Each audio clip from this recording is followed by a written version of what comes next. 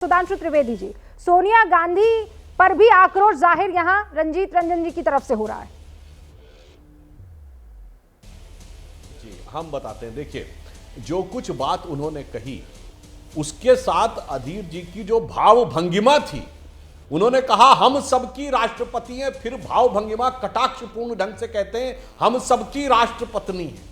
इस ढंग के शब्द का प्रयोग, और चलिए हमने मान लिया, आपने कहा गैर हिंदी भाषी है, गलती हो जाती है। मैं विनम्रता से पूछना चाहता हूं, पीठासीन सभापति के रूप में जब जब महिला बैठी होती हैं, कितनी बार कांग्रेस के गैर हिंदी भाषी राज्यों के लोगों ने सभापत्नी शब्द का प्रयोग किया है?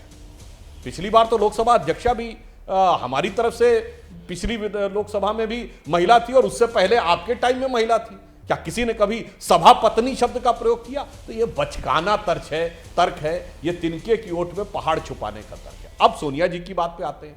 सोनिया जी के प्रति किसी प्रकार का कोई व्यक्तिगत विद्वेष नहीं है, परंतु यहां पर यदि यह बात स्मृति जी ने कही, you do not know who I am, उन्होंने कहा आप सांसद हैं, आप मंत्री हैं। नहीं रंजीता जी, सिर्फ इतना परिचय नहीं है। स्मृति जी एकमात्र ऐसी सांसद हैं जिन्होंने 1977 के बाद अगर अमेठी हारी है कांग्रेस, तो वो स्मृति ईरानी जी की हारी है। कांग्रेस अध्यक्ष रहते हुए राहुल गांधी जी चुनाव हारे हैं। याद रखिएगा, कांग्रेस अध्यक्ष कभी चुनाव नहीं हारा। इंदिरा जी को 77 में छोड़ दिया जाए तो उसके बाद, और उसकी वजह से उन्हें अमेठी से जाकर वायनाड में स्थान लेना पड़ा। यह उनका बुद्धि कौशल था, उनकी राजनीतिक समझदारी थी कि वो दो जगह से चुनाव लड़े, और वो समझदारी इतनी बढ़ गई कि उन्होंने केरल में जाके ये कहना शुरू किया कि अब मुझे समझ में आया कि गंभीर बातें क्या होती हैं। उत्तर भारत में तो लोग सतही बातें करते हैं। रंजीत जी, हम और आप जो उत्तर भारत के हैं तो सतही बात करते हैं। राहुल गांधी जी को वहां जाके समझ में आया, तो यह बात शायद उनको नहीं समझ में आ रही होगी कि स्मृति जी वो हैं जिन्होंने परिवार की उस जागीर का जो पूरा आधार था वो तोड़ दिया। अब तीसरी बात मैं कहता हूं, देखिए गलती हो जाए वो कोई बात नहीं, परंतु यह प्रवृत्ति जानते क्या है? यह स्वतंत्रता का अमृत महोत्सव वर्ष है। अरे कम से कम इसमें तो सबको अमृत तत्व रखना चाहिए था। इससे बढ़िया अमृत तत्व क्या हो सकता था कि अनुसूचित जनजाति का कोई व्यक्ति, और वो भी महिला, राष्ट्र के सर्वोच्च पद के ऊपर हो। परंतु उसमें भी विष कितना भरा हुआ है। देखिए इसमें दो बातें, एक राष्ट्रपति पद की गरिमा की बात, दूसरा हम सब सामाजिक कार्यकर्ता हैं। समाज के सबसे निचले पायदान पर जो समाज का वर्ग खड़ा है उसके आत्मसम्मान की बात है। अनुसूचित जनजाति, आदिवासी, वनवासी के आत्मसम्मान की बात है। गांधी का हिंद स्वराज, तिलक का स्वराज्य, दीनदयाल जी का अंत्योदय यदि साकार किया है, तो मोदी जी के नेतृत्व में एनडीए ने द्रौपदी मुर्मू जी को बैठा के, आज हम सबको क्या फर्क पड़ता है कि हम आत्मसम्मान की बात के लिए अगर ये कह दे कि साहब उनसे गरिमा को दृष्टि में रखते हुए, सामाजिक दृष्टि को रखते हुए माफी मांग लें, इसमें क्या कौन सी समस्या है? ये कौन सा अहम भाव है, अहमन्यता है कि हम माफी नहीं मांगेंगे और तुलना करेंगे कि सोनिया जी की तरफ उंगली कैसे उठा दी? यह दर्शाता है कि राजवंशी अधिनायकवादी अहमन्यता कि मेरी तरफ तो कोई उंगली नहीं उठा सकता, और आदिवासी के लिए कोई सबकी राष्ट्रपत्नी भी कह देगा, तो दोनों बातें बराबर। रंजीत रंजन जी, ये सवाल जो पूछे हैं सुधांशु जी ने, उनकी बात कहे उससे पहले क्या आप, क्योंकि बहुत सारे लोग हमसे ये सवाल पूछ रहे हैं, क्या आप अधीर रंजन चौधरी के खेद प्रकट करने वाले बयान से सहमत हो जाएंगे या उनके ऊपर कोई ठोस एक्शन लिया जाएगा?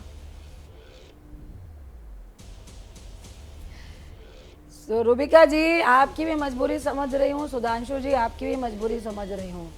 आप लोगों ने एक प्लान करके एक मुद्दा शुरू किया है और बहुत आज खुश हैं कि आपको भाषण देने का मौका मिला है। दूध, दही, छाछ, घी, मक्खन की बात नहीं करेंगे आप, जीएसटी क्यों लगी है उसकी बात नहीं करेंगे, महंगाई की बात नहीं करेंगे, आप भाव भंगिका की बात कर रहे थे। आपने ही तय कर लिया कि अधीर दा की भाव भंगिका ऐसी थी और उनकी ऐसी थी।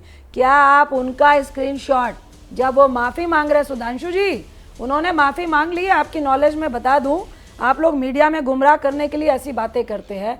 स्मृति ईरानी जी ने आज जो किया है, उनके भाव भूमिका दिखाएंगे क्या टीवी में, तो साफ स्पष्ट हो जाएगा, लोगों को समझ में आ जाएगा कि उनकी भाव भंगिका में कितनी नफरत है, आखिर किस लिए है। सुधांशु जी, अभी आप कह रहे हैं कि वो हैं जिन्होंने अमेठी से राहुल गांधी को हराया, मोदी जी ने नहीं हराया ना। इसका मतलब स्मृति ईरानी जी ने हराया राहुल गांधी को। लगता है कल आप सुधांशु जी इतने भाव विभोर हो जाएंगे, कल कहेंगे बनारस से मोदी जी को भी स्मृति ईरानी जी ने जिताया, मोदी जी ने नहीं जिताया। क्या आप ये कह रहे हैं क्या हम नहीं जानते हैं क्या कि स्मृति ईरानी जी क्या है, कैसे जीती हैं, क्यों जीती हैं, किसने जिताया है? और आगे जिस तरह से कोई भी, हम लोग भी लोकसभा जीत कर आए, हमने कभी भी अपने ओपोनेंट को धमकी नहीं दी आ जाना 24 में देख लेंगे। इन्होंने तो राहुल गांधी को भी 4 दिन पहले कहा तुम्हें पता नहीं है हु आई एम। आप उनकी भी भंगिका दिखाइए ना, ये वो भंगिका थी कि अमेठी जीत के आई हैं या वो धमकी थी? और ये धमकी की शय क्या दिखाना है कि कौन है स्मृति ईरानी जी के पीछे, क्यों इतनी मजबूती से बोल रही हैं हु आई एम, कौन हूं मैं प्लीज कहूंगी सुधांशु जी डर क्यों रहे हैं? एक बार तो बोलिए पीछे कौन है? और खिसियानी बिल्ली खंबा नोचे वाली बात, आज जो गुस्सा उनका सदन में मैडम के खिलाफ अभद्र भाषा का प्रयोग हुआ, उस गुस्से के पीछे क्या है? मैं परिवार के बारे में नहीं बोलती हूँ, हम लोग दाम सांड दंड भेद लगाते हैं लेकिन परिवार में नहीं घुसते हैं। लेकिन स्मृति जी बताएं इस गुस्से के पीछे की खुंदक क्या है? ये हैं शर्मा जी जो रात का खाना और देश दुनिया की सुर्खियां दोनों लेते हैं सुमित अवस्थी के साथ। अब ये हैं इनके पड़ोसी बनर्जी साहब। मिष्टी दोई खाते खाते पूरा बंगाल जान लेते हैं सुमन दे के साथ। इनकी तरह आप भी देखें अपने फेवरेट न्यूज एंकर को एक ही ऐप पर और डाउनलोड कीजिए एबीपी लाइव ऐप अपने स्मार्ट टीवी पर।